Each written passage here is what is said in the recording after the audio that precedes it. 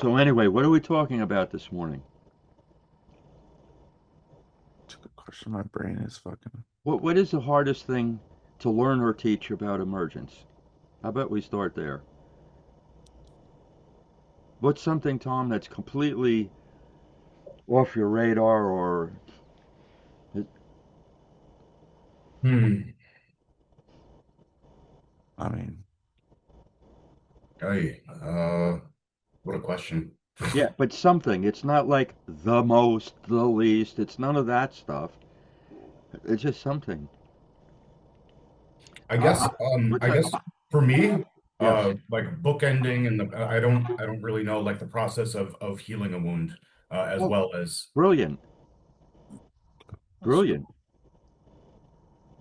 I know like I know some elements, like I have a lot of pre-learning about it, but I don't think I've learned it. So Awesome. Huh. I would love to be able to do it in practice, but I'm afraid I'm gonna hurt the person. And that, Tom, that makes you safe up to a point. Because if you worry too much, you hurt the person by being too careful, Mm. which is a hell of a thing to understand.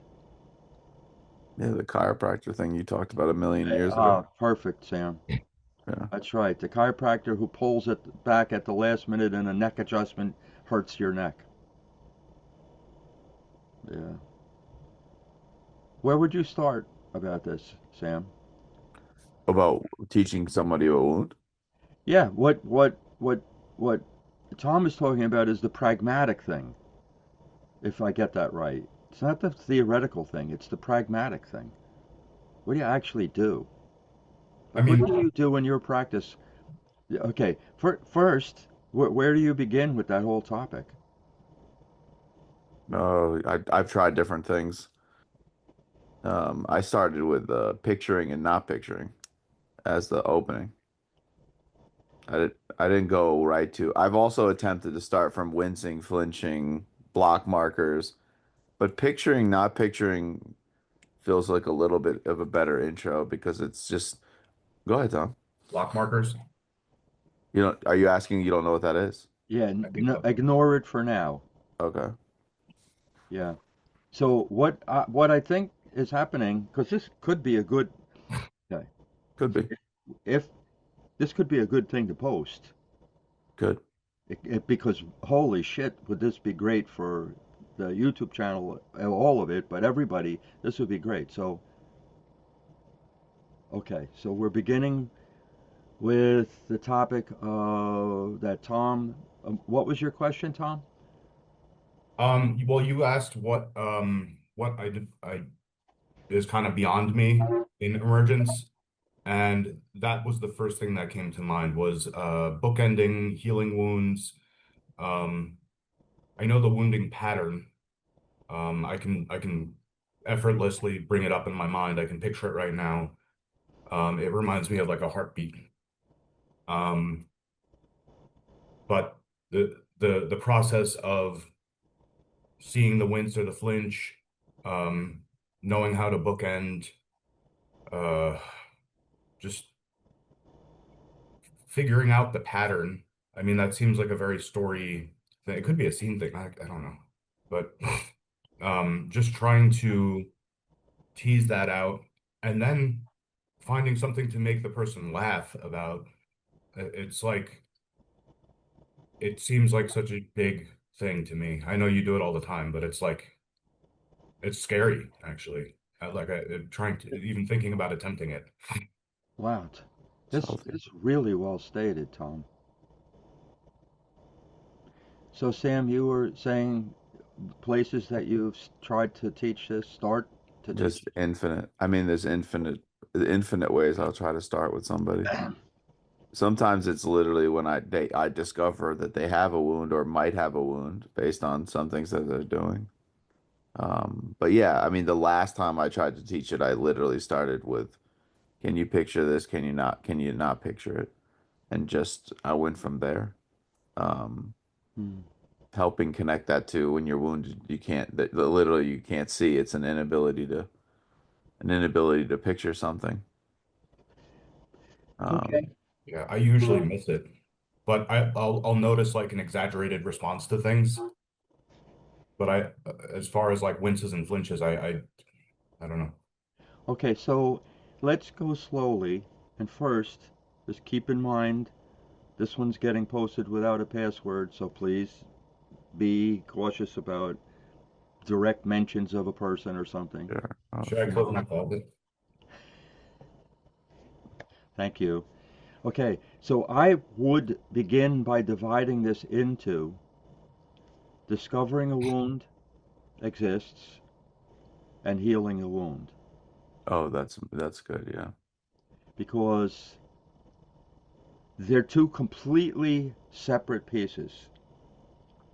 And the discovering the wound exists involves all the things like the things you're saying, Sam, about picturing and so on. But it Mm, also involves the thing that you're saying, Tom, which is exaggerated and distorted, something that's obviously not in the normal flow of things. Okay, there's that. Then there's healing, there's the method of that. But then there is the thing that is so important in emergence. The last piece is, well, how do you test that the healing actually happened?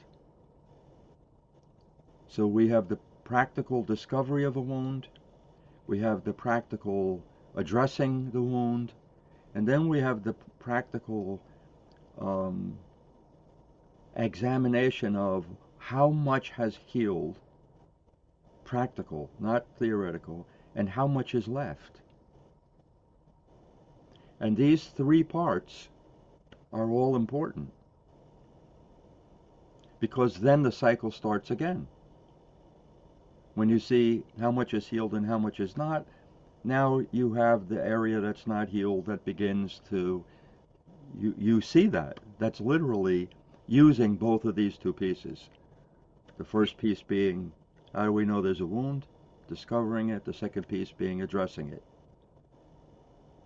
Then when you look again, now it's a deliberate look. It's not an accidental discovery of this cycle of two pieces. mm, So now you know there's some of it healed, there's an open door, but some of it is not, and then you do the healing on that. So at this point, we have a cycle of discover, which is almost always accidental, or mostly. Discover a wound, heal the wound. Then the next cycle starts with re examine the healing to see what part is not healed, heal the wound, and so on. And the next part is, examine the healing, find the part that's not healed, and do the healing. Okay, Tom? I'm curious if this is similar to the learning circle, if you could transpose it onto like a wounding and healing circle. Literally, yes, but I don't want to do it now because Mhm. we're trying to do a basic Okay. idea of it. But you're Mhm. right. It can be transferred, and then that gives us a more um, step by step thing of how the healing happens. Like the first four doors, obviously, to the healing, and the last four doors are coming back down and like, okay, so now I know these things, but literally when you pass the top point in that learning circle and you go into the third quadrant, it's ideas. So you mostly have new ideas about the wound, but those ideas aren't necessarily integrated into the person. And then the real shit happens when it goes into the hell quadrant, named by Sam, the that lower right quadrant where the person believes they know enough already, or they believe they can never get any more. Eight. And anyway, so I want to leave it at that because that in and of itself is a whole. So, Sam, what do you do in the course of sitting with a person? What do you do? Um, you're starting a session and the session is normal. Nothing is coming in. right. Um, I mean, I'll just be talking with some. I mean, in terms of a wound, I mean, No, there's a but in terms million. of but in terms of just sitting in a session Are you in ordinary conversation? Most of the session to me is ordinary conversation. Correct. So we're Yeah, and then I'm not looking per me se, neither. and this is really important because people who are worrying about learning how to do this will be focusing on looking for a wound. And that won't work because And how the go ahead. person that has the wound can't see it, so it's not like they're That's right. gonna. That's right. It's like you can't if you ask them, "Hey, where is this thing?" They can't see where it is. They don't know it's there. That's It correct. emerges in casual conversation. You ask about something. This is the most common way. I'm asking them about something, they start wincing, or they say casually, "I fucking hate that thing." Is another example. Or there's a lot more block markers.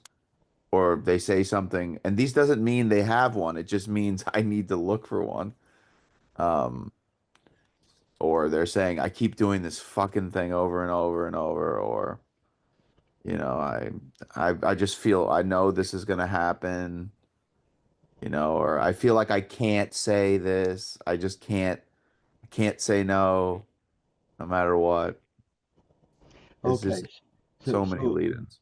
that what Sam is saying, Tom, is, and I'm the same as Sam. Like these are things that are skills, just like you as a nurse when you worked at the VA and you went into a bedside or something, it wasn't like you had some standard fixed progression of questions or something. You had knowledge you acquired over time.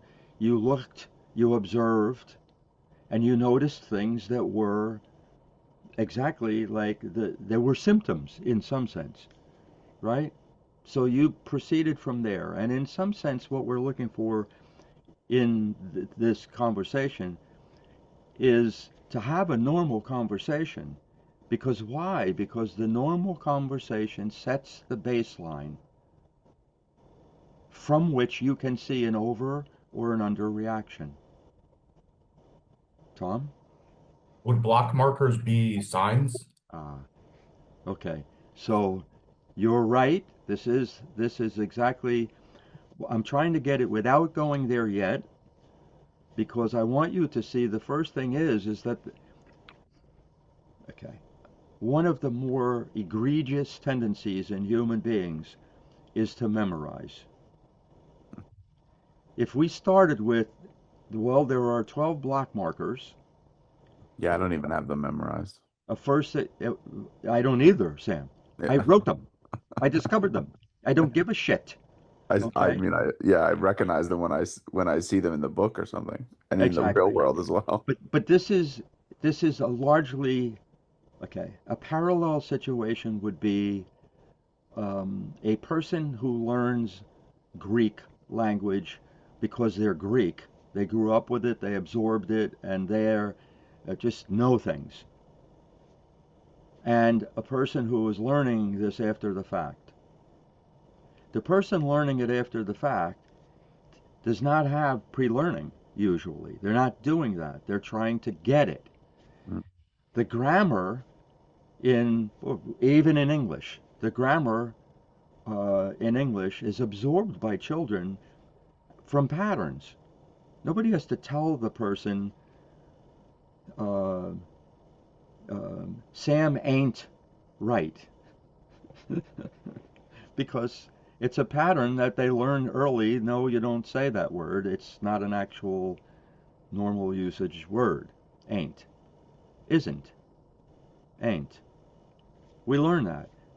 But why? Do you know, I don't know the rule. I don't give a shit about the rule because I'm an English speaker and it just is in me. Everybody learning emergence, but learning how to do wounds and healing in a practical sense, is learning another language. It is not in us. This is something that is learning the grammar of it. But the idea is that if you fucking have to speak and think about the rules of grammar, you can't speak. And so therein lies the first barrier to learning to do this. How do you absorb it in a way that becomes natural? Because if you, the therapist, are not being natural, you're not going to see the wounds, except in the most obvious example. Mm. What would an example of that be?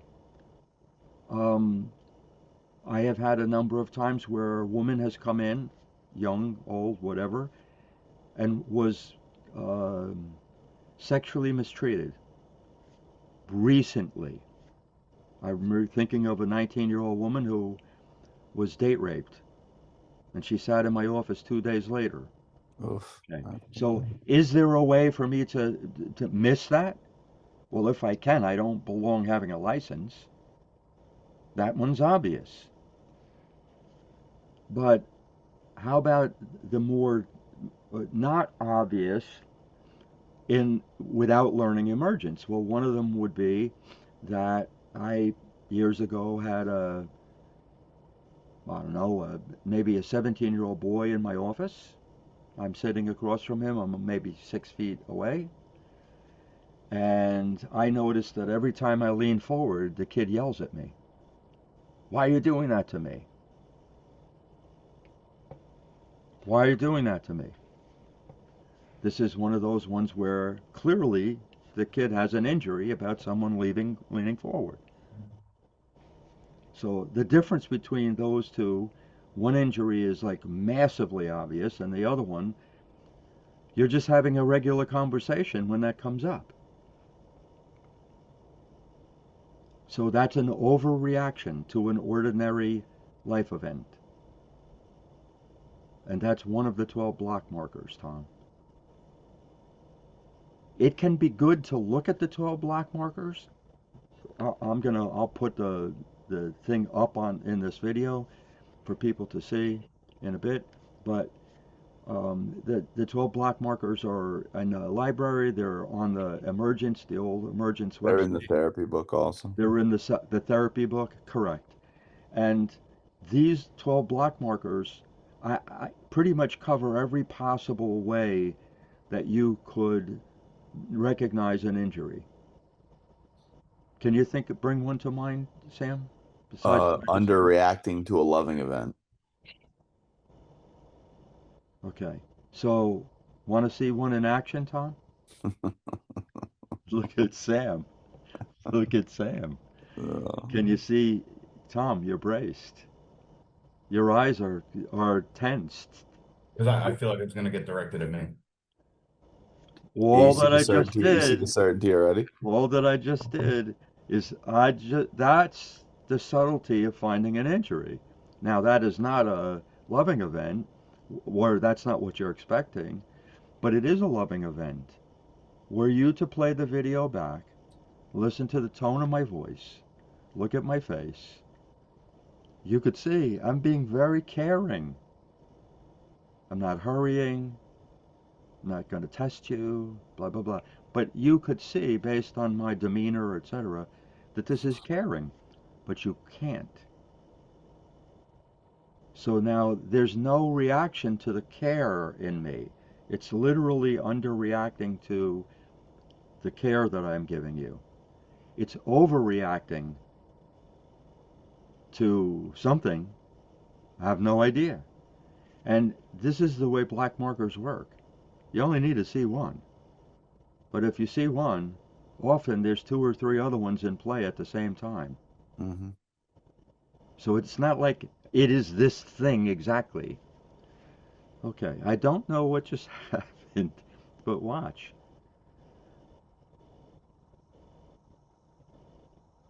I think, Sam, that you're becoming a world-class teacher. That's so funny. I thought you were gonna What do it. what just happened is an example of healing, Tom. Hmm. In other words, I give a compliment, a loving thing, and Sam laughs. And that laugh is not a laugh like a mocking laugh or a fake laugh. That's a laugh that proves that this particular compliment was a wound for Sam. And now he's able to take some of it in. I remember you and I were walking in Nyack Park one day and fireworks went off and I laughed and you pointed out that was evidence of healing. That's correct. That's Mm. exactly right. So, but let's go back to the thing we're doing. You know, you're sitting there, and there are, you know, both basically all of 12 of them are an over or an under reaction of some sort. For instance, an underreaction to a violent event. So a woman is being domestic violence victim and she's been beaten by her husband and she comes in and talks to me about how bad it was. I see a bruise. We're sitting there and it's a normal conversation. My concern, her emotions, everything else is actually the same size as what's happened to her. She's very emotional, very confused, etc. Okay. Now, so far, so good. But commonly in domestic violence situations, at some point, when I say something about how bad that is, or you really look like you're hurting, or something even more, can I ask why you didn't call the police? Now the thing flips if there's an injury. And there's always one in domestic violence, if not more. It flips to underreacting to the violence. But he really didn't mean it. You don't know him. He really cares about me. He said he's sorry. Well, what happened to the fucking violence? What happened to it? And the injury turns it off. So underreacting to a violent event. Here the woman starts out reacting normally, and then when I introduce something on my end that says yes, that was really bad, the person flips to underreacting to the violent event. I get that a lot with patients. If I show empathy and they say, "Oh, it's all right." So that's an injury, Tom, and that's a block marker. And why the phrase? Because it marks an area where their ability to picture is blocked. That's where the phrase comes from. I keep thinking of signs and symptoms. Um, so that would be a sign of not picturing. Correct. But this is okay. At this point, Sam, could you talk a little bit about how the signs and symptoms in emergence are different than the ordinary signs and symptoms that people, Mm. that you learned in school? Your school is way more recent than mine. I don't know what they say now. I mean, I'm gonna be honest, some of the block markers are pretty abstract. Like you would never hear anything like it. Like hating an ordinary life event, I believe is a block marker, right? Yeah, absolutely. I don't know if there's a symptom in the DSM that corresponds to that, like that specifically. I mean, I guess there's like a phobia or something, maybe like But you are, and phobias are hating an ordinary life event, right, being a right, high right. place, or So I can find something in the middle, but it's a that's bit of a good, stretch. Sam. That's good. Tom? I was thinking of the more basic symptoms are the things that the patient can see, and signs are the things that I can see because I'm trained to see it. Ah, I never heard that distinction. I Yeah, didn't. and that basically signs and symptoms are separated. One's the person, one they're obvious, anybody can see them, and the other I one, didn't even know the that. Yeah, like professional. vomiting But is a symptom. okay, but now that's good, Tom, because now there are the signs that the professionals are trained to see, but Yeah. there are the signs in emergence that they never see. Like what Sam just said is a sign that they never see. But we could also use what you just said. Like if a client came in and is a traditional therapist and they said, I hate vomiting, I don't know if a therapist would be like, wait a minute. Like, because I feel like they'd be like, oh, that's normal to hate vomiting. Vomiting sucks. Like they could overlook they could overlook something like that Yes. because it's like, I don't know, they're not thinking of the word hate as significant, where the hating something in emergence has a Yeah. lot of meaning. Yeah. Yeah, that Yes.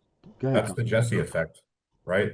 I Right. hate everyone hates vomiting, but to bring it out and to mention that you hate vomiting, it's so obvious, but So this raises something. Already we've talked about a lot of good stuff.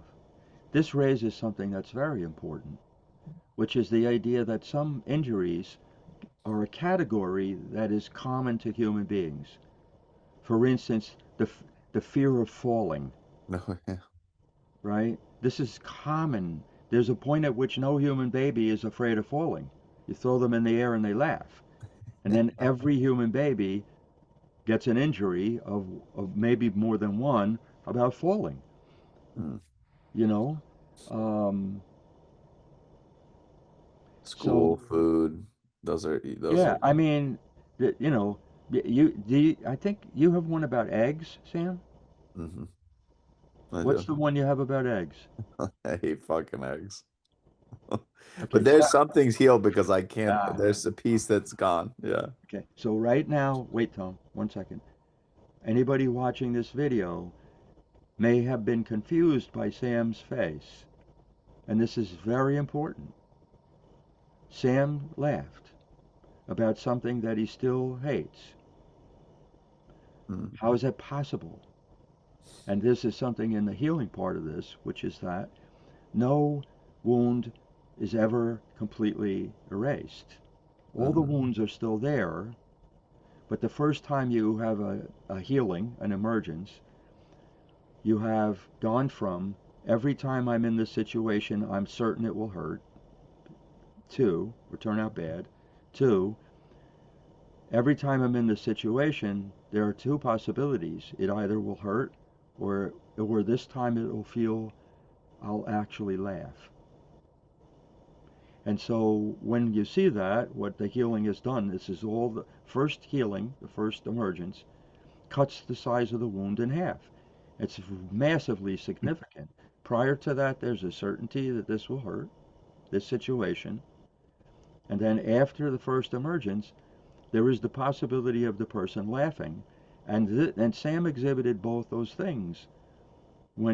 If you were to rewind the video and look at his face, you'll see that he's wincing and laughing at the same time.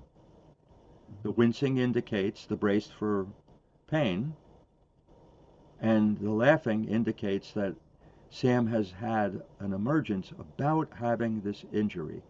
mhm. I mean, there's pieces of eggs that I don't hate now. There's like I can walk by the eggs and see them. The smell is the piece that I has not emer I cannot think if I think of the smell, I start wincing. And before any of the work was done on that, did Oh, you have the reaction just at the sight of the eggs? I would do when I did the dishes. If Clancy had cooked egged anything, I would do all the dishes and I would leave that dish because I could not do it without throwing up or like gagging horribly. I would have to skip any dish that had egg in it. Okay. And this is really an excellent example because we're talking about that Sam's symptoms, which is what any ordinary person could see, including gagging. Could not do it without the gagging. Okay, so now what Tom raised, signs and symptoms, dividing this, symptoms are the things that any ordinary person could see and note as there's something wrong. And the signs are things that require some professional technical skill because they're not obvious.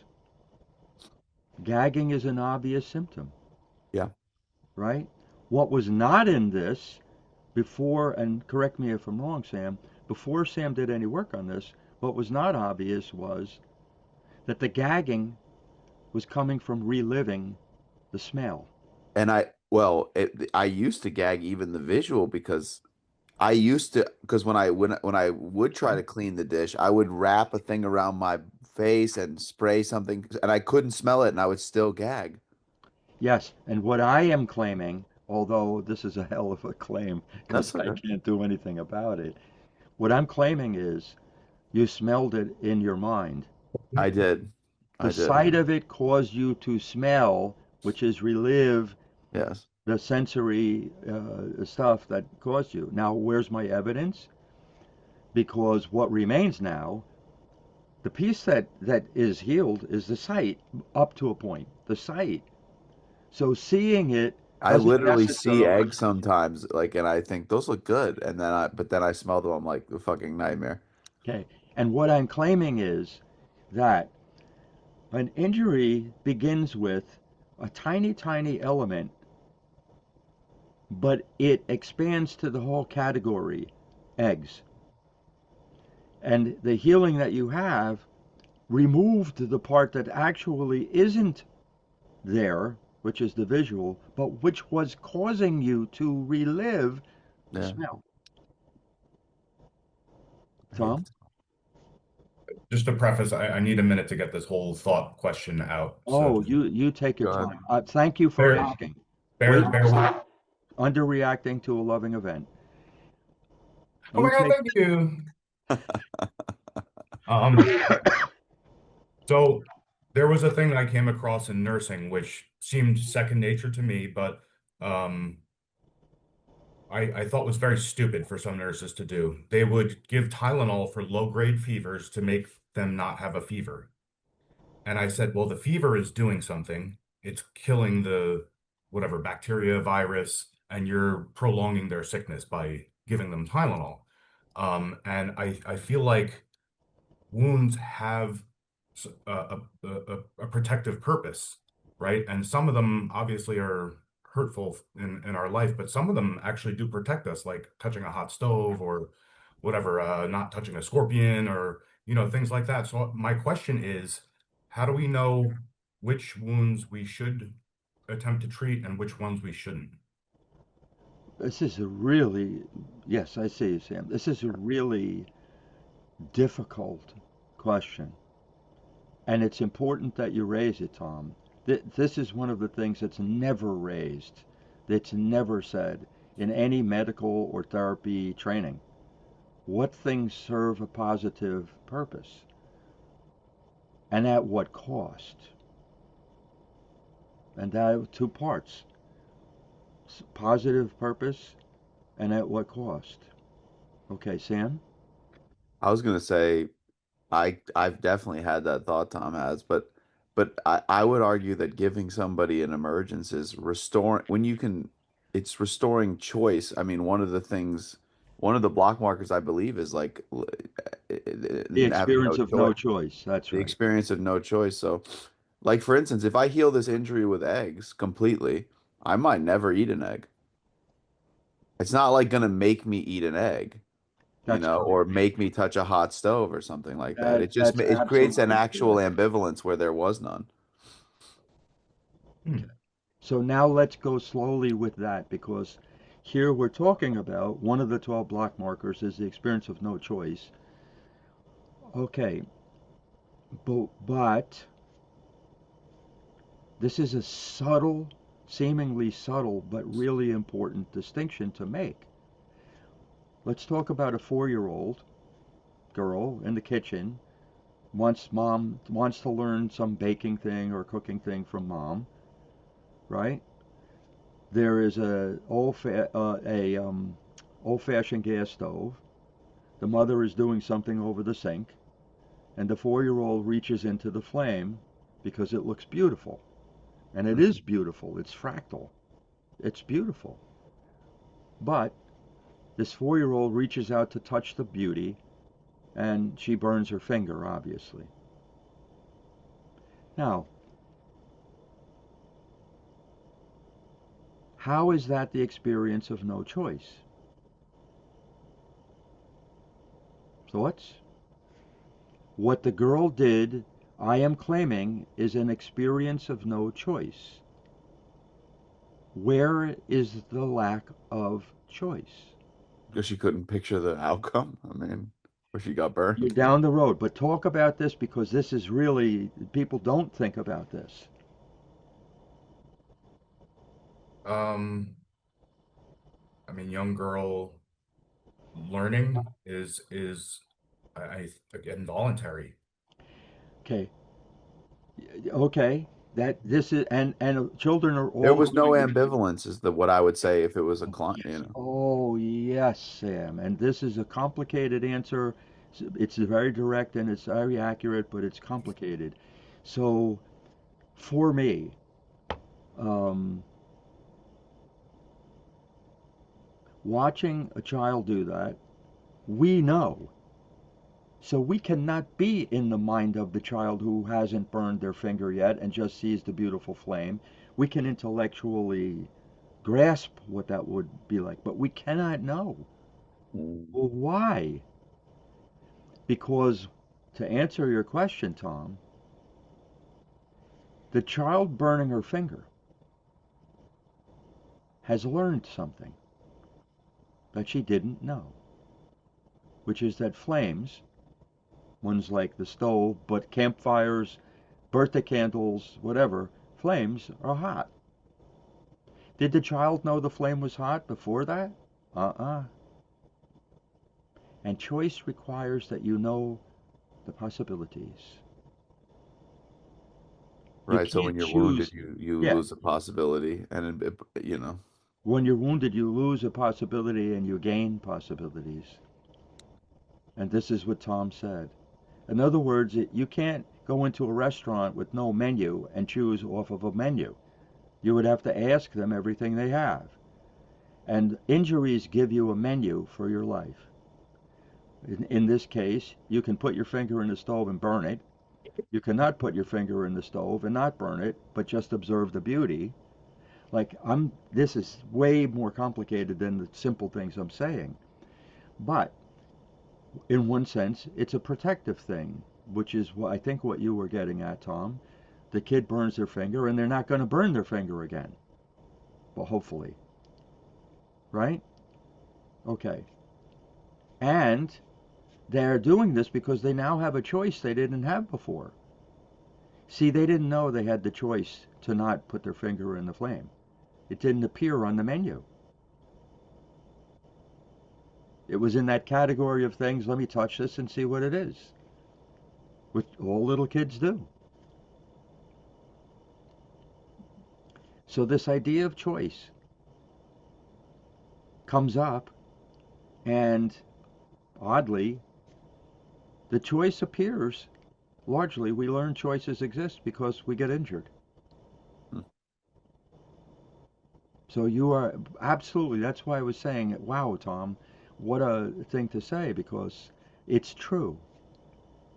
Okay, so then the question becomes should you ever let a kid injure themselves? And the answer is fuck no. Are you out of your mind? But, but if a kid doesn't get injured, then think about that they don't know that there's a choice. What a dilemma. yeah, but it gets resolved by life. Life is the teacher in Life, that. No, life but we wound. should never, ever, deliberately get somebody to be injured. Like the person who throws the kid into the swimming pool to teach them to swim Oh, that's should be awful. drowned. Yeah, no kidding. So they can't learn um the stove is hot, but can they pre-learn the stove is hot? Or at Okay. least know Yeah, about it? excellent question, Tom. What are your thoughts, Sam?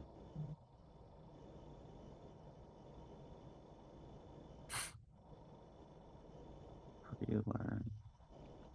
Like you can know about things. Like I know there is a very deadly octopus, the little blue octopus, blue ring octopus or something. I know it's deadly, but I've never encountered one. Yeah, I dated one. I'm Tentacles and not all. sure. I'm not sure about that. Of course, I don't have access to the mind of a child, so I don't. Yeah, you do when you regress. Right Oh, now, you're not regressed. that's true. I'm just picturing hanging out with kids. You Like I'm like for little some boy reason I'm there. thinking of an example of like a dog biting you or something. Like trying to explain, trying to teach them about getting bit before they've Excellent. ever been bit by anything. Excellent. So, teaching a 4-year-old, don't put your hand near the dog's mouth that if the dog doesn't know you and is friendly. Right. But the child seeing the cute dog, Yeah. right, doesn't have exactly the same as the soul flame. It's the same thing, like the beauty, the wonder, the Exactly. Exactly. And so then the dog bites the hand. Now you know there's going to be an injury. oh, I mean, dog. I was gonna say dog injuries are really common too. Really common. Okay. All right. So Tom, you're asking, what about pre-learning? And so let's just pause, because somebody watching this video who doesn't know what pre-learning is, I'll give it a pre-learning is little. what all human beings do before um, before they can tell time. All exposure uh, uh, from birth to through around age 7 is pre-learning.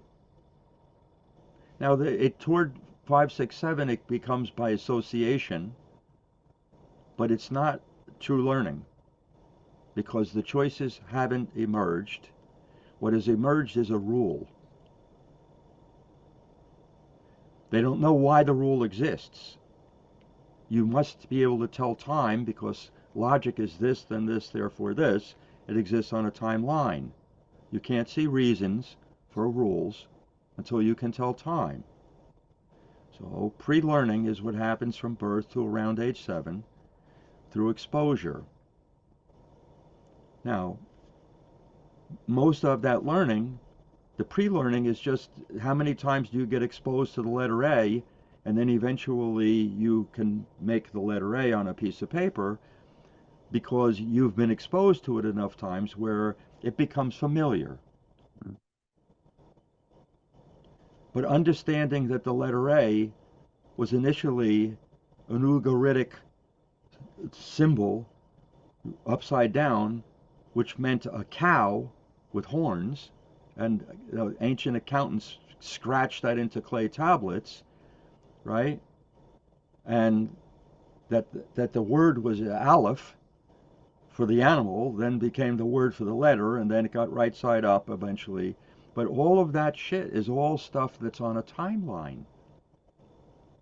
I know those things because it's the story of the letter A coming into being. Before age 7, you cannot understand stories, which is why children can hear the same story night after night in a book, and they're surprised at the ending of the book every time because they have not yet actually had that kind of learning. The learning, when we use the word learning, learning includes the idea of seeing choices. Healing is learning in a situation where you have an association to some painful thing there that prevents you from learning the choices. That's the problem with wounds. It's not just that they hurt, the symptoms, it's that they prevent you from learning. So, in the case of Sam's egg injury, the fact that he can look at them now without having the gagging thing means he has learned to see the beauty in eggs. See, Hmm. picture, visual, Can't smell it yet, but you can see it. right? Well, I'm not sure, but yes, that in general, yes. Okay, but go back to the idea of the child burning their finger at the stove. They have learned choices. They can choose not to put their finger in the stove. Is that true or not at age 4? Is it true that they have learned choices? Um, I don't know. I know that they can make. They seem to be able to make like that thing's bad or something, which is like a little different. Excellent. You're on the right track, Sam. Both Mm. of you. It's not a choice. The injury has robbed them of the ability to learn choices.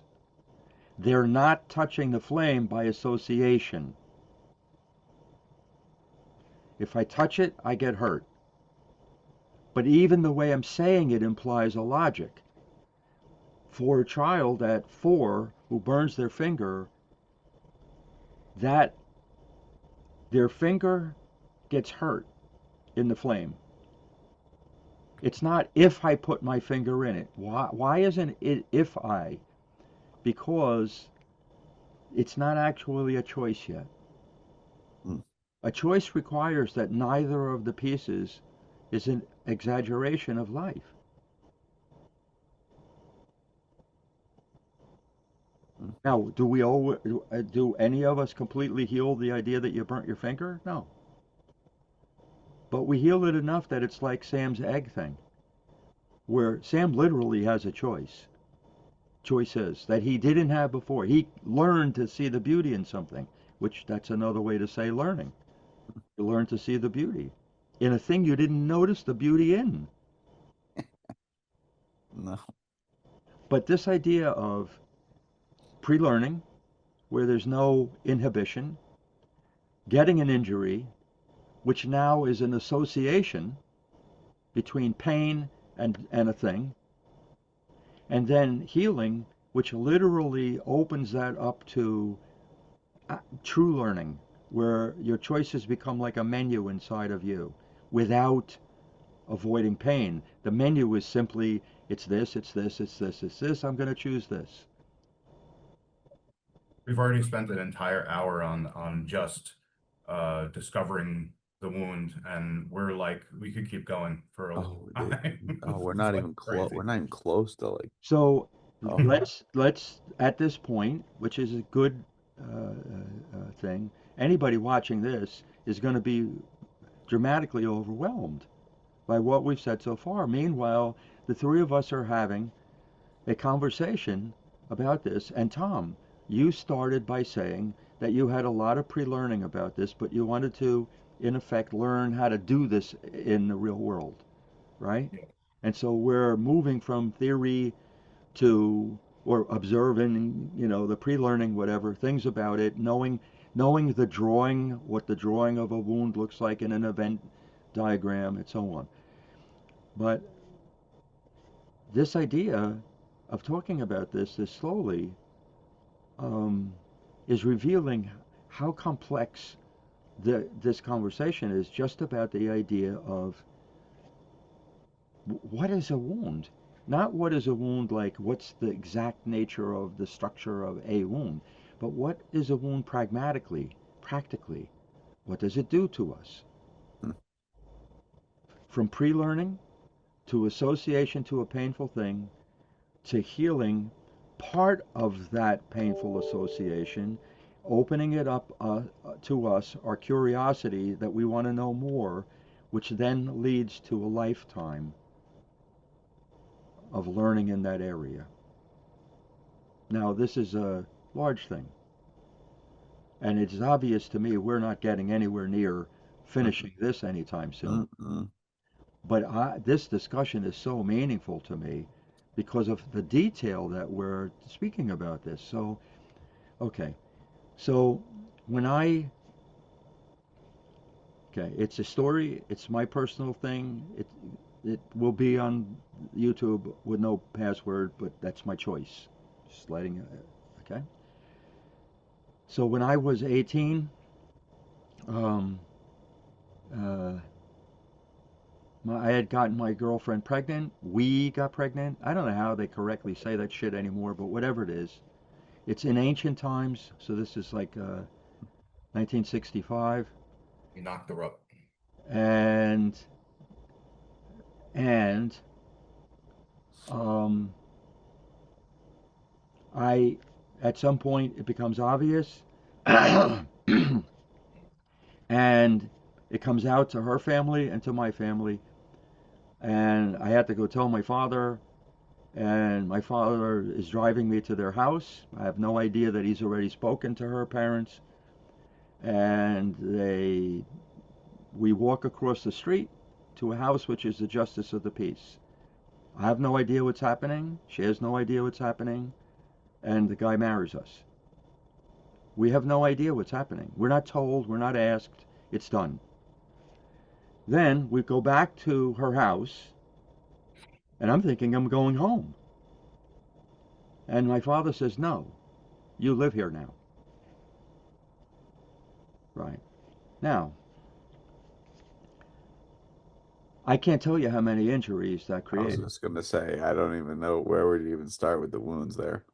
There's so Well, many things that are there. Now, I feel very tearful, and I also feel that in a way that's hard to explain, this is one of my most valued assets when I sit with human beings and talk about relationships. I don't know Because how. the idea of being forced is Uh, in this, right? But in addition, the idea that I had no idea of choices. I wasn't given any choices, and by association, I was a bad person. I wasn't an ill informed person. I wasn't whatever. I was a bad person. And so I was being punished. That was my interpretation. And I was a very naive person, and the world was much more closed then. And, you didn't learn things. And mostly, you learn things by association, which isn't learning. I don't know what to call it. Wounded learning? I don't know. I don't have a word for it. But learning by association. Pain, if you do this thing, you're going to hurt, which is what happens to children before age 7. It happens to adults too, but it is going from pre-learning to association, which is a wound. So here we go. We do this thing again, Tom. The thing that you said. Well, is there an upside to a wound? One of the strongest values I have as a human being, definitely as a therapist, but as a human being, is never force anybody to take my word for what I'm claiming. Never.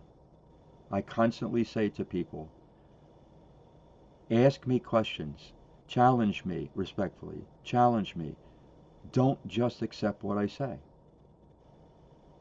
You've both heard me say that hundreds of times.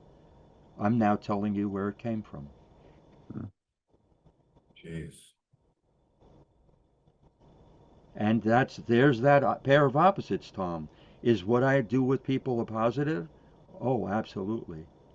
And I have to have healed a lot because I do it gently.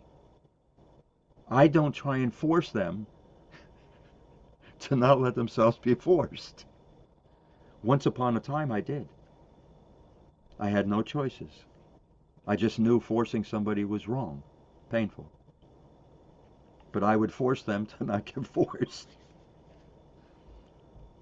Yeah, it's like what's that saying? The depths of hell are also the height of heaven, or whatever. What's the saying? The depths of hell The are also depth the of the height of hell. the heaven. Yeah. Can you think of anything like that, either of you, that you had an injury from, that you would be willing to speak about, obviously, that you Ooh, had an injury from that then becomes something that is an asset to either of you in your helping people? ooh. I immediately think of a bunch of illegal things that I can't talk about on the camera. Which, thank you, Tom. Thank you for doing that.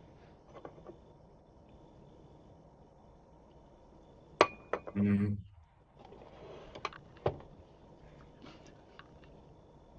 For instance, I Tom, can I can think of go. one. Good. Tell me.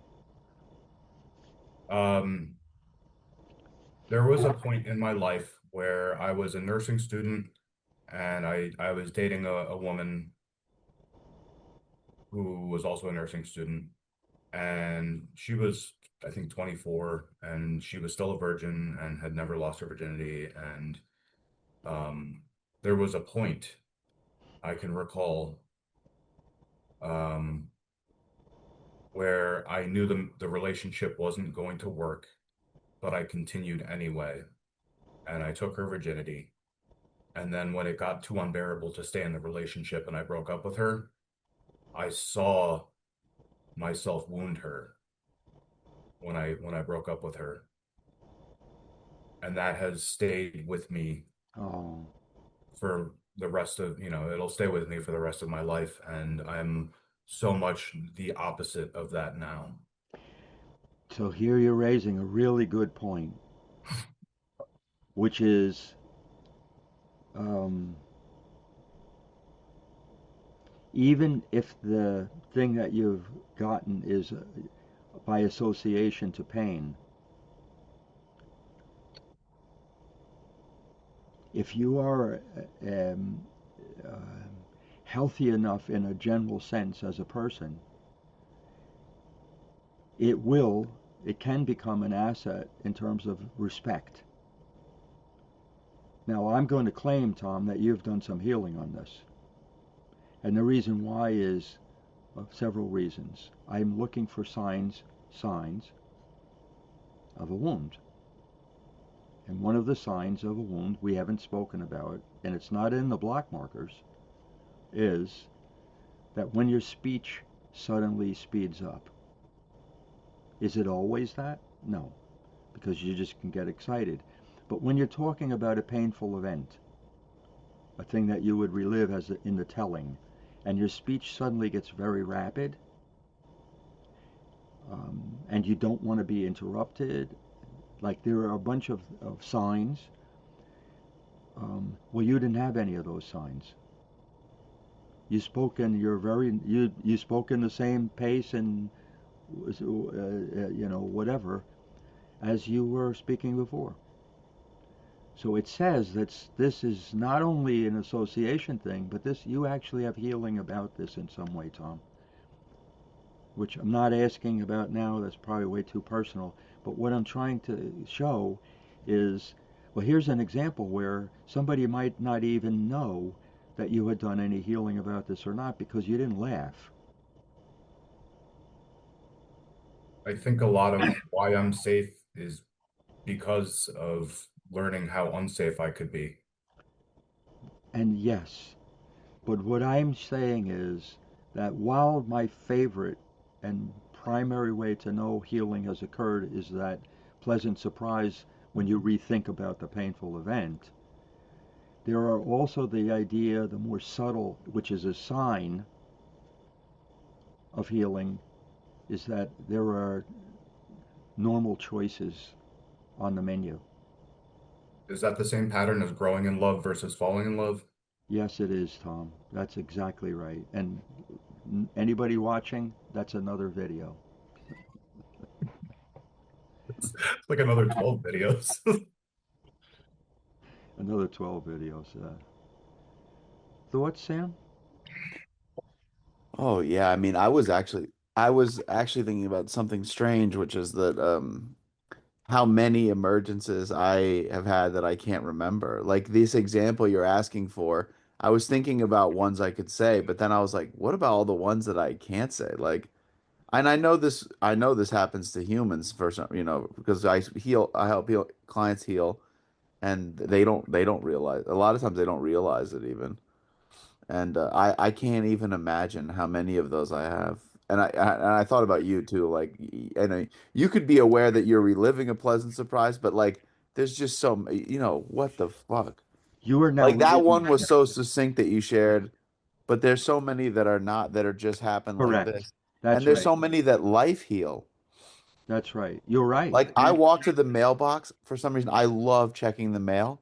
Okay, you Like know you must have had an injury right. about the mail. Because there's too much love, and I know, having had a lot of emergencies, where I'm like, I must have hated the mail at some point, but I can't remember it anymore.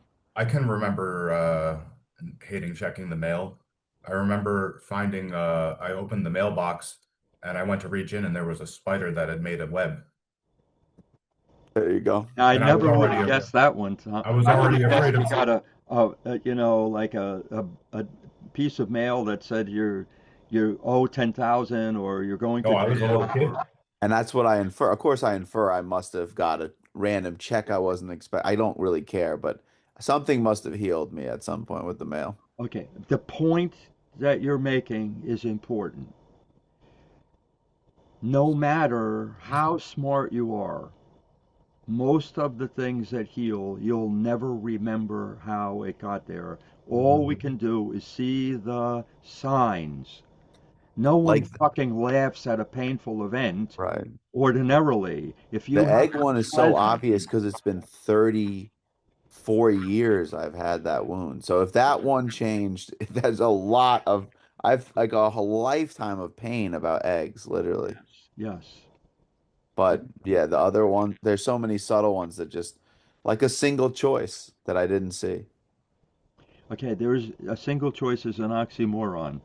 Choice requires at least two things. Ambivalence. You brought it up. This is No, really you're important absolutely right. It's just fuzzy. because if It's you just fuzzy have wording. no ambivalence, it's a wound, Correct. or you're brain dead or drunk. Right, right. That's a good example too. But this is true. Most of the things so I have one that happened within the past week that healed Mm, that I wasn't trying to heal. It was a life situation, just happened. Life was the therapist, and I'm surprised. I'm surprised right now. And okay, so um, most people have some type of injury or injuries related to answering a phone. Related to does not mean every time you answer the phone you relive an injury. yeah, Not mom true. has those. But, in a situation where I have injuries about somebody breaking up with me on the phone, but I would have to have the pre existing condition of that's in the air and then the phone rings. Things like that. But related to the phone, I have had injuries about um, the callers who try and steal your Medicare money or your retirement or whatever, the scam artists from places, whatever, in India, wherever they are, Nigeria, right? It doesn't matter. And they spoof the phone numbers, and I'm a therapist, and I don't know if the number is somebody who's a new client. And 2 weeks ago, during one of these calls, one of these online things that I was supervision, a call came and I looked at it and I didn't recognize it and I thought it was spam, but I picked it up. I don't know why. And it was with, whatever, another supervision. And it actually was recorded during the thing, which was um, a teenage girl,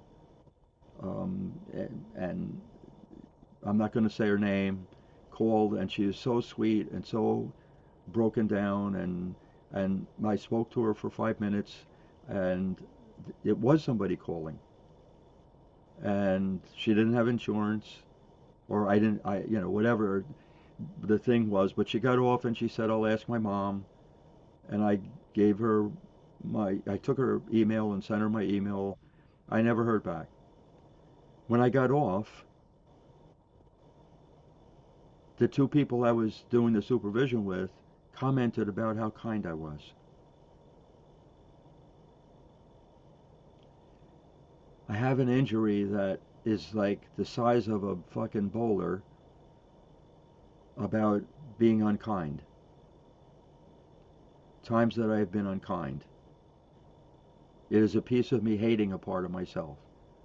It shrinks, it's less, but I still have an injury about it. And how do I know that? Because when the two of them said that you were so kind, I was surprised. I couldn't see it. Mm, So what did it do? I can picture that happening, being told that. I can picture it, which means that it chipped away another part of the injury. Other parts you can't picture. There are parts this is vague category, Tom, where I'm being unkind and I don't even know what I've done, and I think in part it's related to my autism. Times where I said a question which was too blunt or Oh, things like that. And there'll never be an end to that, even though there are less. But I was surprised. yeah, we were even talking about yesterday, disclosing things that you didn't know you weren't supposed to disclose because nobody explicitly told you not to say anything. Okay, Oh, notice, not knowing in this case refers to not knowing the choices. Like not having those choices on your menu. And yet, without having the menu, we're still punished for not knowing the menu. And nobody ever has the complete menu. No one. Who the hell could know all the things that are like going to cause an injury ahead of time or hurt or whatever? No one. It's just a slow accumulation over, in the course of pre-learning, associating pain to a particular thing, and then potentially life heals the injury. So that didn't happen because anybody saw the injury in me. Nobody was working on it. I wasn't thinking about it, and I was surprised. In the same week, the scammers, like that girl wasn't a scammer, but I was worried that the call was from a scammer because I didn't know the number.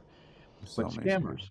So after that, 2 days after that, and now I'm going to claim that this is a, a healing chain where the thing that happened with that girl, the teenage girl, opened something up in me, added something to my choices, where then 2 days later, I had a scam call. It was an obvious scam call. And I have a scam blocking button on my landline phone, because this is on my landline phone, that I can just hit the red button and that's that. But I also have anger about all the times that they have tried to steal from me and steal people's retirements and all this other stuff. I'm angry. They have no remorse whatsoever. I'm angry, or they show none. So I have often on a bad day picked up the phone to deliberately hurt them, punish them. Okay. I haven't had a choice other than don't answer or pick it up and say some rude comment to them, right? Which makes me laugh to some degree. But 2 days after that girl, in my free time, I'm watching bored and I'm watching a YouTube video, and I watched a YouTube video on scammers. And the thing gave me a piece of information to put on my menu. I was so pleasantly surprised. I don't know why I didn't know this. It's so obvious. I put another choice on my menu about scam calls, and what is it? The wind up. What is it? The thing said that if you see a scam call come through, do pick up the phone and do not make a sound and wait on the line, and your number will be taken off Hmm. because the robocaller will see the number as something dead. Now, see the smile? Right. I hated that I wasn't allowed to pick it up. I had the ambivalence of if I pick it up, I know I'm going to do something I'm going to hate myself for, which is be mean to them. So, not picking it up wasn't good for me. Picking it up and being mean wasn't good for me in terms of what I wanted myself to be. And now I have an option that I love. Pick it up, don't make a sound. And then 5 seconds later, the machine hangs up and they don't call you back. It's so crazy discovering. I'm having the oddest memory, which is I used to have this friend Gary Candulo who was like this unbelievably charismatic, interesting guy that I used to get high with. Anyway, we used to hang out sometime, and get high or whatever. And there was a guy in Nyack whose nickname was Let Me Get A, because he would always say, "Let me get $1, let me get a cigarette, let me get a." Oh, yeah. This was his nickname. And I always was stuck in this thing of I'm gonna, and you know me, I gave him $1, I'd always give him a cigarette, or I wouldn't want to and I'd feel bad. And Yes. those are my choices. And Yes. one day I'm with Gary and Let Me Get Us coming. He's coming towards us. And he got about a foot away, and Gary said, "Hey, can I get a cigarette? Can I get $1?" And the guy, Wow. I don't think he'd ever been asked for a cigarette or $1 in his Yeah. life. It just, Look, look. See the smile? yeah, Can you tell that I have had the same variation of the same thing? whatever that is. Yeah, Yeah. Somebody borrowed money from me at an AA meeting. $5. I can picture it happening. yeah. I gave it to him. Right. I said, when are you going to pay it back before I gave it? He said, next week. I'll see you at the meeting. Next week comes, and he doesn't pay me back. He asks me for another $5. There you go. I got really furious, right? Next week, I saw the guy, and before he could say anything to me, I said, "Can I borrow $5 from you?" He never spoke to me again. That was it. Yeah, Gary, The it just same thing. unlocked the whole But, universe. but I got an injury from him not paying me the $5 back. How do I know that? Because I expected him to pay me back. Mm, And when he didn't, I didn't see that coming. I mm. completely was naive about people paying me back. So thank God that it was a $5 fee to Yeah, learn that lesson. that's pretty cheap. Yeah. Yeah, that was so mind. I'll never forget that. That really was mind blowing to me. Just him having that choice. I never would have saw that. It was Right. So like I'm going to stands say out. claim that the things that you called choices before that, which I understand, not correcting your language, Yeah, yeah. but I don't know what to call them because they're simply two things that you don't really want to do. No. So I don't know what to call them. Bad choices? Yeah, I didn't want to not give him one, and I didn't want to give him one. I mean, That's right. depending So on so unless I had unresolved an excess. ambivalence, yeah. Yeah, but I was broke. I was a drug addict. I mean, I didn't want to give away a cigarette at that point. I was very Yeah. narcissistic, No, you know. I get it. I would call those stuck choices. Stock choices, fixed choices. Well, you're stuck.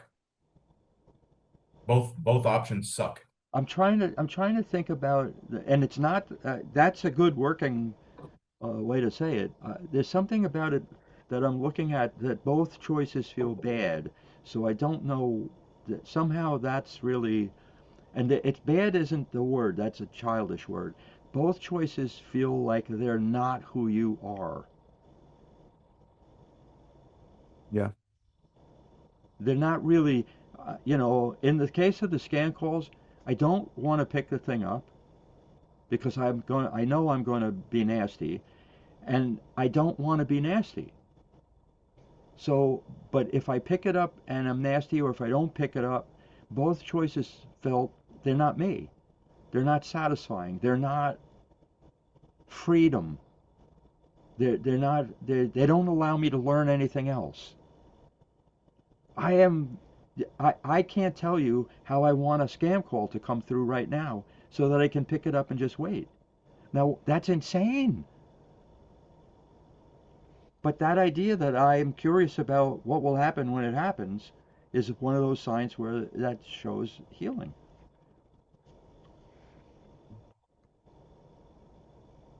And going back to the situation that you mentioned, Tom, I think it's in the stuck choices category as I think about it. What would you think?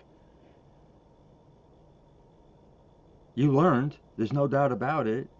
You and I can both say, well, you treat people better because of it.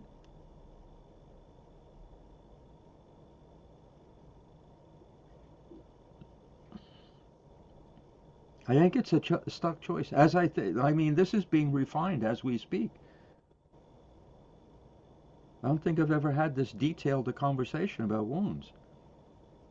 Certainly not with people who have enough pre-learning to have the conversation. Which really, that in and of itself is important. Many people try and learn something in emergence with no pre-learning. And then because they have no pre-learning, they have no real way to see if this thing makes sense or not. Because they just don't know enough about it. Yeah.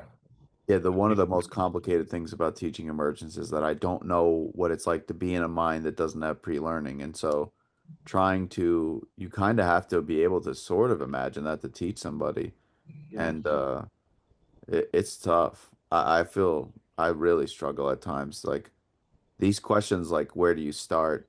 Oh, I mean, where do I start? I started like fucking 12 years ago. I mean, it's like Yeah, I know, it's Tom. fucking hard to figure out where to start. Yeah. I And I can't remember where we started when you taught me about them. I yeah, can't remember how you taught me. I know we went into a scene that I had a wound.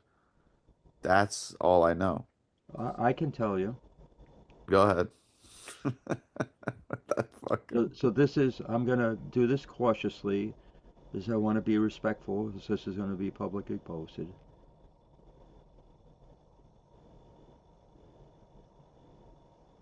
The first time that I um, saw you um, and actually had a human, interaction, an hour-long conversation, you were really in a personal crisis, an existential crisis, and had been for a while.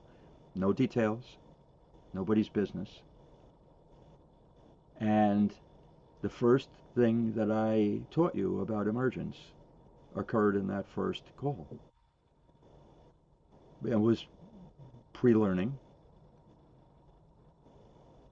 However, this involved the four kinds of information that a mind can have: facts, stories, ideas, and feelings. And the first book was out, and those were seen as the truths of four wise men.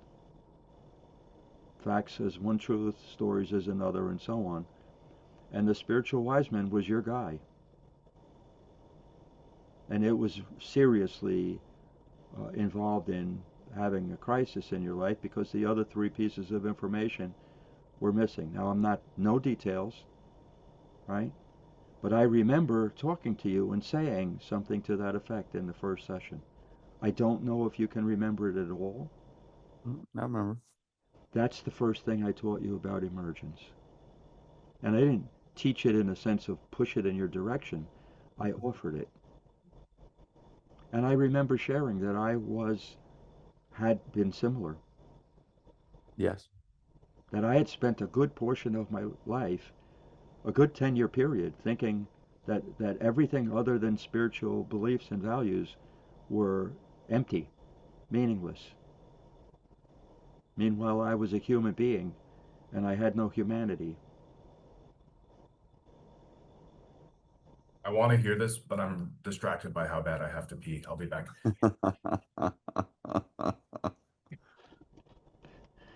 Oh my God. That's This so is funny. wonderful, Sam. What a good, this level of conversation is really what I dream of. Oh yeah. It's nice for me too, man, because it's some of the topics we just don't talk about as much. Wounds is not a topic that gets spoken about as much. It's not. And truthfully, mostly what people do is kind of like what people talk about love. They just want to know how to get it, but they don't want to do any pre-learning about what it is. That's right. Yeah, they just want to, what do you do? How do you heal it? Yeah, It's and like, with good wounds, luck. they don't want to learn. They want no pre-learning about wounds. They just want to know, how do I get rid of the pain? Right, which is, that's not even a thing. Yeah. I mean, that idea that the medical model 100% sees the goal of healing as getting rid of symptoms as opposed to getting personal choices on your menu in such a way that you now have a curiosity about something that you completely wanted to avoid. Really complicated too. If healing is getting rid of symptoms, then if you don't get rid of symptoms, you're broken. I mean, you're toast. Well, And more then I than think about things that, like you can't get, for instance, you can't get less autistic. So, I mean, how the fuck are you? Those people are going to feel broken quick in the medical model because they're not going to get rid of their symptoms. yeah. Well, if there are even symptoms rather than Symptoms, right? I'm surfaces, being fuzzy with but the you word no, symptoms. no, no, no. But you're right. But a thing like panic, if you don't know what's expected of you, I mean, Yeah. So panic is a symptom, you know. want to tell Tom what we're talking about, Sam? I don't know how I would I don't know how I would surmise it. I guess just that we're talking about having this conversation at all, the medical model. So what we just said is the idea that pre-learning is something that most people don't want to do. They just want the result. And so Oh, when that, yeah. somebody says, okay, I have a wound, what they want is, well, just show me how it's not going to hurt any, get rid of the pain. And I was saying about, the book I'm writing now about love and compatibility, that most people don't want to pre-learn anything about love. They just want to get it. Tell me how to get it, you know? So this is one of the basic problems about wounds, for sure. People don't want to learn anything like the stuff that we've been talking about for an hour and a half. Holy cow, is that complicated? And we're having this conversation after years of pre-learning, Yeah, yeah. three of us, and all three, I'm making discoveries about speaking about things. Like that idea, Tom, that we have something which you're calling stuck choices, right? Which is not a bad way to talk about it, but that hasn't had a name. It's still a working title, right? A lot of what we've said today has never been said before, specifically because Mm. there's sufficient pre-learning for us to have this conversation. But most people who want to learn emergence, they want to just be told, Bing, and get it. And that's one of the most difficult things to tell a person. How are you going to get this without pre-learning? And this is not my theory. Watch how children learn. Do you think that children learn to write their alphabet without scribbling for years before that? About motor movement of their hands and what is a pen and so many different things. Anyway, so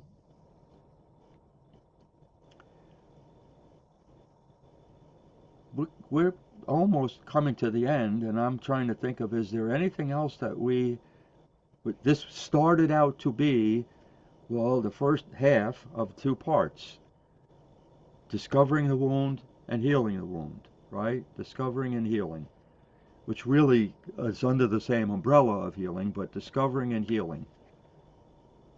And then the next two-part thing begins when you have a choice that you never had before, which makes you curious and it draws you back to you on your own want to discover more about what's still left, and then more healing and discovering more of what is left of the what is left, and so on. So that's, and we've been talking about how do you discover the wound.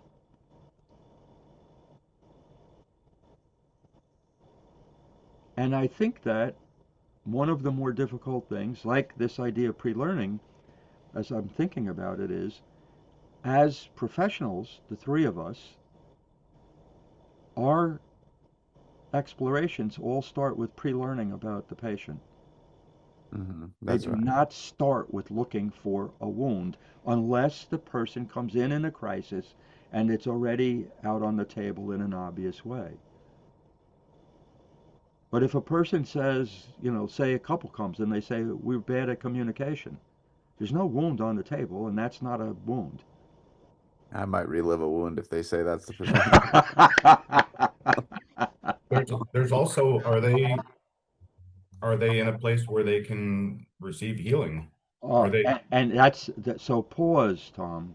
Yes, but let's leave that one for the video that we do on healing, because pre-learning about a person is not going to be wrong as long as you are. Well, let's talk about this for a minute because this is a big deal.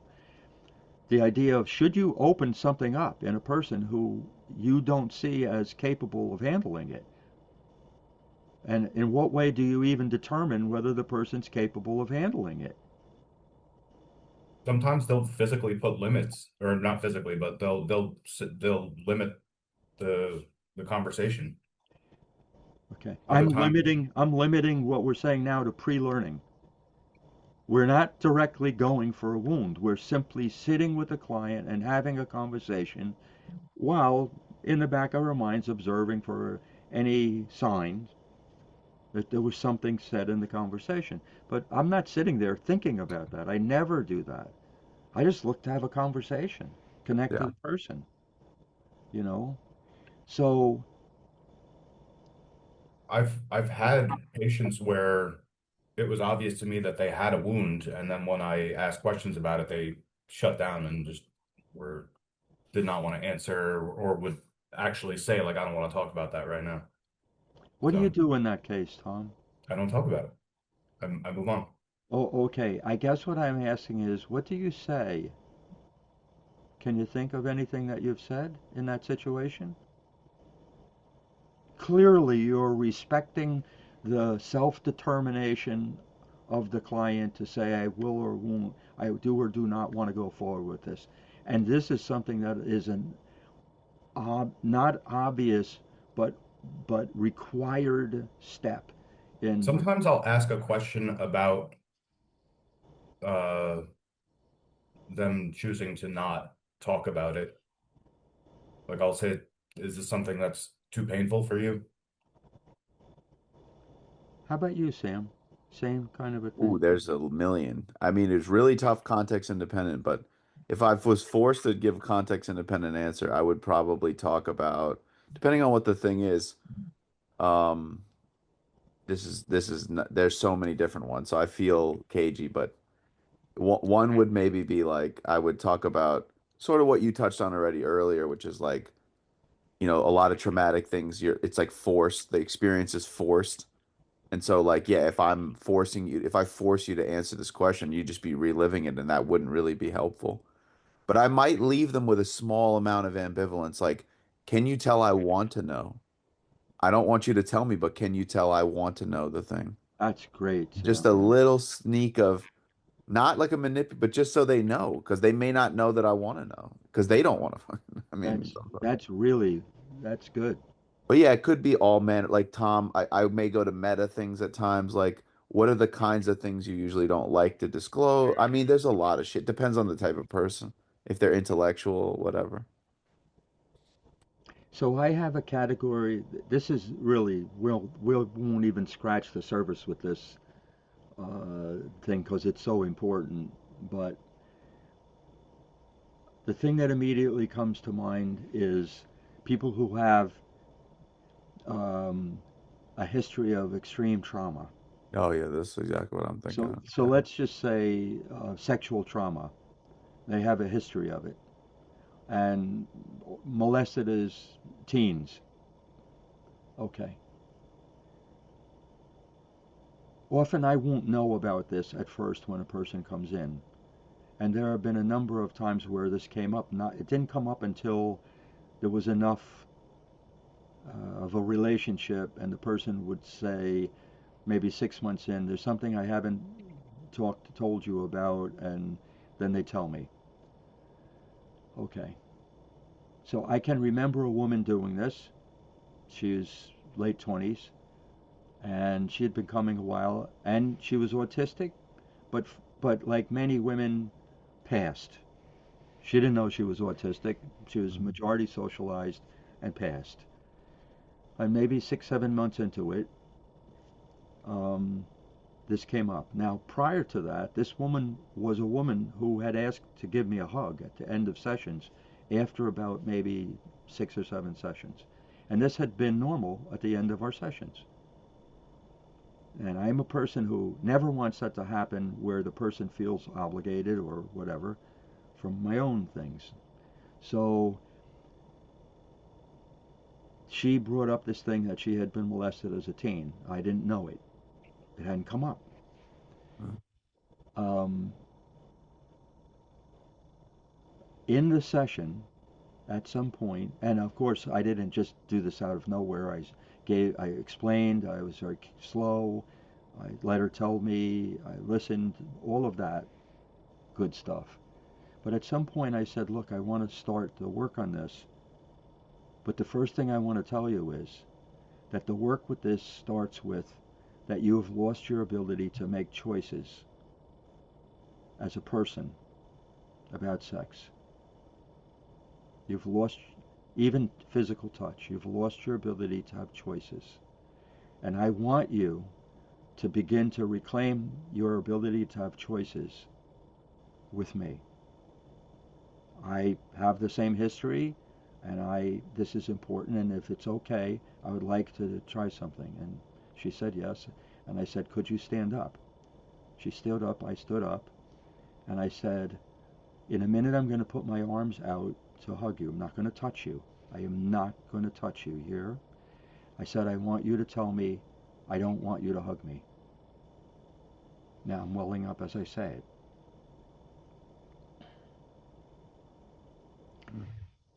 That was the beginning of a year of work with this person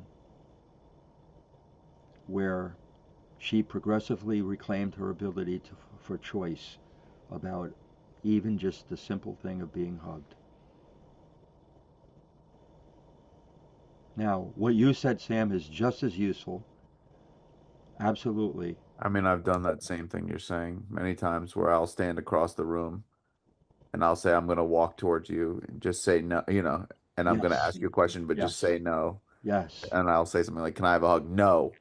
And I'll have them put their hand out and say no. And I won't even go Absolutely. within a mile of them, but it's the Absolutely. getting the body to feel the no, no, no. And this requires that you have a relationship with the Oh God. client that can tolerate this. This can't be done early on.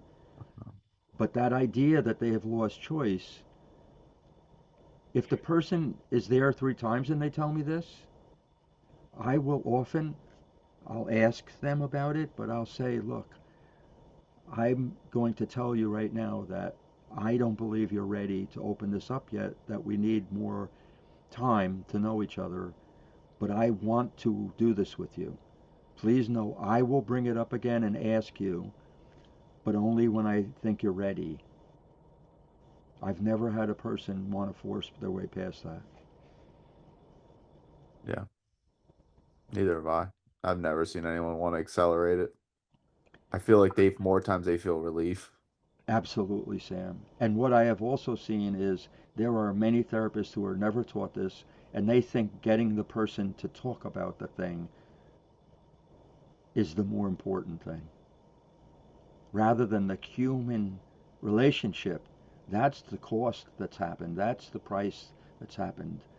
The trust in a human relationship that a person will not force them. And this is not an easy thing to get across. Yeah. No. So you've raised yet another really important part of this, Tom, about if the person, if you think the person is ready or not. Not just them saying no, would you do this? Because sometimes the person will say yes to you when it's just complying with the therapist, and that's not okay.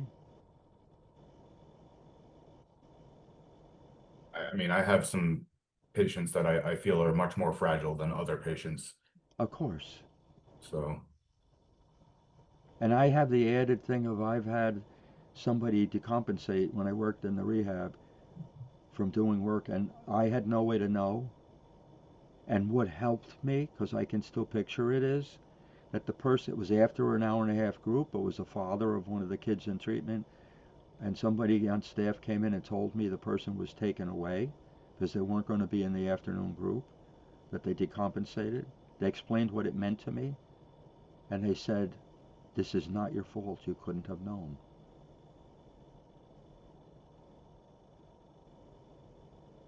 There are acts of kindness from other therapists who taught me along the way that are just a part of who I am now.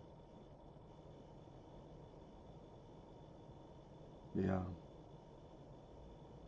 But that had surprised me because I had people yell at me for things I had never been trained in when I made a mistake before that, Mm.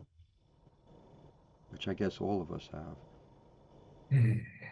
yeah, I've left jobs for getting yelled at for things that I haven't been trained on. That's why I left the ICU. Yeah. Isn't it funny how sometimes the people who are the sickest are the people who supposedly are training us? They Not train always. they train us in ways Yeah. they don't mean to train us. Well, they tell us the rules without any pre-learning, and that is not learning. But I'm saying when they treat us a certain way, Yeah. we learn other things that they didn't intend for us to learn. And that's this thing that you started with, Tom, which was so smart about, is there a downside to getting an injury? Is there an upside? And of course that there are both, you know? But the downside, the worst downside is it shuts off an area of your life to new learning, to personal learning because it kills our curiosity. We just avoid. What a supervision, Jesus. Oh, are you trying to tell me it was good this time? Anyway, All right, wow. fellas. Thank you, thank you, thank you. This was brilliant. Good.